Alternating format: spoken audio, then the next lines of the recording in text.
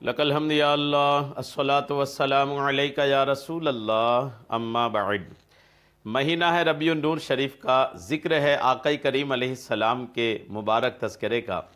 آقا کریم علیہ السلام کے مبارک تذکرے میں آج آپ کو ہم جس موضوع پر کچھ باتیں پیش کرنے کی سعادتیں حاصل کر رہے ہیں وہ ہیں نور محمدی صلی اللہ تعالی علیہ وسلم کی ذو فشانیاں، نور محمدی کے نور، آقا کریم کی نور کی برکتیں، فیض اور ان سے جو کرامتیں، عظمت و شان کا اظہار ہوا انشاءاللہ وہ آج آپ کو میں پیش کرنے کی سعادتیں حاصل کروں گا۔ یہ الروض الفائق جو مبلغ اسلام علامہ شعیب حریفش رحمۃ اللہ تعالی علیہ کی عظیم الشان کتاب ہے تصوف پر، اس کتاب کے حوالے سے میں انشاءاللہ آپ کو کچھ باتیں پیش کرنے کی سعادتیں حاصل کر رہا ہوں، توجہ کے ساتھ سماعت فرمائیے۔ حضرت سیدنا کعب الاحبار رضی اللہ تعالی عنہ سے مروی ہے، جب اللہ تعالیٰ نے موجودات کو پیدا فرمانے کا ارادہ کیا، تمام چیزوں کو پیدا کرنے کا ارادہ کیا اور زمین کو بچھایا اور آسمان کو بلند فرمایا، تو اپنے فیض ذات سے مٹھی بھر لے کر اس سے ارشاد فرمایا، اے نور محمد بن جاؤ۔ اللہ کریم نے فرمایا، اس نور نے ایک نوری ستون کی صورت اختیار کر لی، اس نور نے ایک نوری ستون کی صورت اختیار کر لی اور اس قدر روشن ہوا کہ عظمت کے پردے تک جا پہنچا اور رب کائنات عز و جل کو سجدہ کیا۔ آقا کریم کے نور نے بھی رب کریم کو سجدہ کیا اور کہا الحمدللہ الحمدللہ۔ آقا کریم علیہ السلام نے ایک تو سجدہ کیا آقا کے نور نے اور پھر الحمدللہ فرمایا، یعنی سب خوبیاں اللہ عز و جل کے لیے ہیں۔ تو اللہ عز و جل نے ارشاد فرمایا، میں نے تجھے اسی لیے پیدا فرمایا اور تیرا نام محمد رکھا ہے صلی اللہ تعالی علیہ وسلم۔ تجھی سے اپنی مخلوق کی ابتدا یعنی شروعات کروں گا اور تجھی پر اپنی رسالت کا سلسلہ ختم کروں گا۔ پھر اللہ عز و جل نے اس نور کے 4 حصے کر کے ایک حصے سے لوح محفوظ اور دوسرے سے قلم کو پیدا فرمایا، پھر قلم سے ارشاد فرمایا لکھ، تو قلم پر 1000 سال تک ہیبت طاری رہی، اللہ کریم کی ہیبت الہی سے لرزہ طاری رہا، کانپتا رہا۔ اس کے بعد قلم نے عرض کی، اے میرے رب عز و جل کیا لکھوں؟ تو اللہ کریم نے ارشاد فرمایا لکھو لا الہ الا اللہ محمد الرسول اللہ۔ پس قلم نے لکھا اور مخلوق کے متعلق علم الہی پر رسائی پالی، مخلوق کے مطابق جو اللہ کا علم ہے وہ قلم تک پہنچا اور قلم نے پھر اس کو لکھا۔ پھر قلم نے یہ 3 باتیں لکھی، قلم نے یہ 3 باتیں لکھی۔ نمبر 1، حضرت سیدنا آدم علیہ السلام کی پشت مبارک میں موجود اولاد کی تعداد، کتنی اولاد آدم کی پشت میں ہے یہ لکھا۔ دوسری بات قلم نے یہ لکھا کہ جو اطاعت الہی یعنی اللہ کی فرما برداری بجا لائے گا اللہ عز و جل اسے جنت میں داخل فرمائے گا اور جو اس کی نافرمانی کرے گا اسے دوزخ میں ڈالے گا۔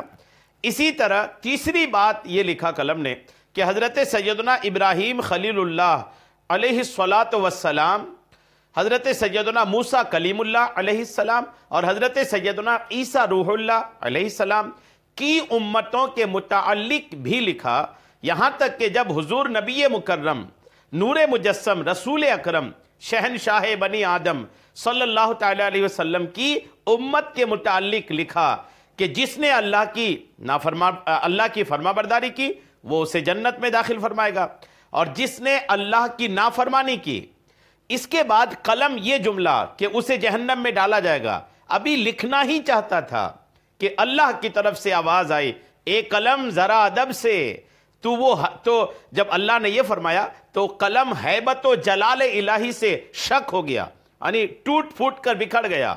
پھر دست قدرت سے وہ قلم تراشا گیا، تب سے قلم میں یہ بات جاری ہو گئی کہ تراشے بغیر نہیں لکھتا۔ تمام نبیوں کے بارے میں، حضور کے علاوہ تمام نبیوں کی امتوں کے بارے میں یہ بات لکھا قلم نے، فرما برداری کیا تو جنت، نافرمانی کیا تو جہنم۔ لیکن حضور کی امت کے تعلق سے جب لکھنے کی باری آئی تو یہ بات تو لکھا قلم نے آسانی سے، فرما برداری کیا تو جنت، نافرمانی کیا تو جہنم، یہ لکھنے کی جب باری آئی تو اللہ کریم کی طرف سے آواز آئی میرے محبوب کی امت کی بات ہے، ذرا ادب سے لکھو۔ اللہ نے جب یہ فرمایا قلم ہیبت سے ٹوٹ پھوٹ گیا، پھر دست الہی سے اس کو تراشا گیا۔ پھر اللہ عز و جل نے قلم سے ارشاد فرمایا کہ میرے آخری حبیب کی امتی کے متعلق لکھو کہ یہ امت گنہگار ہے اور رب عز و جل غفار یعنی بخشنے والا ہے۔ پھر اللہ عز و جل نے اپنے نبی کے نور کے تیسرے حصے سے عرش کو پیدا کیا، پھر چوتھے حصے کے مزید 4 حصے کر کے، پہلے حصے سے عقل، دوسرے سے معرفت اور تیسرے سے سورج چاند اور آنکھوں کا نور اور دن کی روشنی پیدا فرمائی، اور یہ سب حقیقتاً نبی مختار صلی اللہ تعالی علیہ وسلم ہی کے انوار ہیں۔ پس آپ علیہ السلام تمام کائنات کی اصل ہیں۔ اس کے بعد اللہ عز و جل نے نور کی اس چوتھی قسم کے چوتھے حصے کو بطور امانت عرش الہی کے نیچے رکھ دیا۔ پھر جب اللہ عز و جل نے حضرت سیدنا آدم صفی اللہ علیہ السلام کو پیدا فرمایا تو وہ نور ان کی پشت مبارک یعنی پیٹھ میں رکھا، پھر فرشتوں سے آپ علیہ السلام کو سجدہ کرایا اور جنت میں داخل کر دیا۔ فرشتے صف در صف، لائن بائی لائن آپ علیہ السلام کی، آدم علیہ السلام کی پشت مبارک کے پیچھے کھڑے ہو کر نور محمدی صلی اللہ تعالی علیہ وسلم کی زیارت کیا کرتے۔ آپ علیہ السلام نے اللہ عز و جل کی بارگاہ میں عرض کی، یا اللہ یہ فرشتے میرے پیٹھ کے پیچھے سب باندھ کر کیوں کھڑے رہتے ہیں؟ ارشاد فرمایا، اے آدم یہ فرشتے میرے حبیب خاتم الانبیاء محمد مصطفیٰ صلی اللہ علیہ وسلم کے نور کی زیارت کرتے ہیں جسے میں تیری پشت سے پیدا فرماؤں گا۔ حضرت سیدنا آدم علیہ السلام نے عرض کیا، الہی اس مبارک نور کو میری پیشانی میں رکھ دے تاکہ یہ فرشتے میرے سامنے رہیں، پشت کی طرف یعنی پیٹھ کی طرف نہ جائیں۔ تو اللہ عز و جل نے نور محمدی صلی اللہ تعالی علیہ وسلم کو حضرت آدم علیہ السلام کی پیشانی میں رکھ دیا۔ فرشتے حضرت سیدنا آدم علیہ نبینا علیہ السلام کے سامنے کھڑے ہو جاتے اور نور محمدی علیہ السلام پر درود و سلام کے نذرانے پیش کرتے رہتے۔ حضرت سیدنا آدم علیہ السلام نے عرض کیا، الہی میں بھی اس مبارک نور کی زیارت کرنا چاہتا ہوں، لہٰذا اسے میری پیشانی سے نکال کر کسی ایسی جگہ رکھ دے جہاں میں اس کی زیارت کر سکوں۔ تو اللہ عز و جل نے نور محمدی صلی اللہ تعالی علیہ وسلم حضرت سیدنا آدم علیہ السلام کی انگشت شہادت یعنی شہادت کی انگلی میں منتقل فرما دیا۔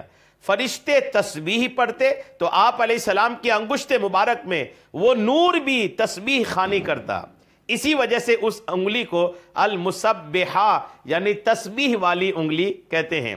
پھر حضرت آدم علیہ السلام نے عرض کیا، اللہ کیا اس مبارک نور میں سے کچھ میری پشت میں بھی باقی ہے؟ کیا میری پیٹھ میں اس مبارک نور کا کوئی حصہ باقی ہے؟ تو جواب ملا، ہاں میرے محبوب کا نور ابھی باقی ہے۔ عرض کی، یا اللہ عز و جل اس بقیہ نور کو میری بقیہ انگلیوں میں رکھ دے۔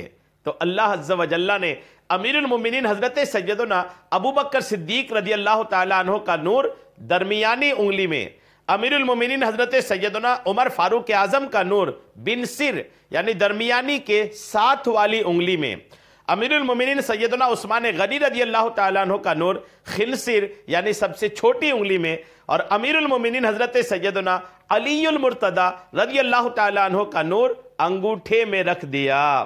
جب تک حضرت سیدنا آدم صفی اللہ علیہ نبینا علیہ السلام جنت میں رہے تو یہ نور ان کی انگلیوں میں چمکتا رہا۔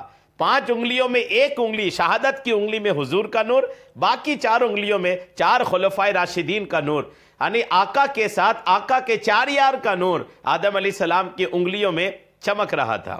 جب حضرت آدم علیہ السلام درخت کی آزمائش سے دوچار ہوئے تو اللہ عز و جل نے اس نور کو دوبارہ واپس آدم علیہ السلام کی پشت میں رکھ دیا۔ پھر اللہ عز و جل نے حضرت آدم علیہ السلام کو اس ودیعت کیے گئے عطا کیے گئے نور کے راز کی قدر و منزلت کی پہچان کرائی اور فرمایا، پاک صاف ہو کر تسبیح و تقدیس کرو، پھر دونوں پاک ہو جاؤ اور اپنی اہلیہ حوا کا حق زوجیت ادا کرو کہ میں تم دونوں سے اپنے اس فیض آثار نور کا ظہور فرمانے والا ہوں۔ بس آپ علیہ السلام نے حکم الہی کے مطابق عمل کیا اور اللہ عز و جل نے نور محمدی علیہ السلام حضرت سیدنا آدم علیہ السلام سے سیدتنا حوا رضی اللہ تعالی عنہا میں منتقل فرما دیا۔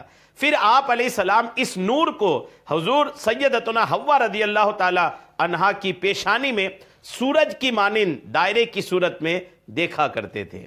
الحمدللہ یہ پوری روایت مصنف عبد الرزاق کے اندر بھی الحمدللہ موجود ہے، حدیث نمبر 18 ہے، صفحہ نمبر 63 ہے، اور الروض الفائق کے اندر بھی یہ روایت موجود ہے۔ کثیر کتب احادیث اور میں کتب سیرت میں الحمدللہ یہ روایت موجود ہے۔ آپ نے سنا نور محمدی کی روشنی، الحمدللہ بے شمار برکتیں ہیں آقا کریم کے نور کی۔ ربیع النور شریف کا مبارک مہینہ، آقا کریم علیہ السلام کے نور کا تذکرہ واقعی میں ایمان کو تازگی بخشنے والا ہے۔ اللہ کریم ہم سب کو جشن عید میلاد النبی کی خوب برکتیں عطا فرمائے، آمین بجاہ النبی الامین صلی اللہ تعالی علیہ وسلم۔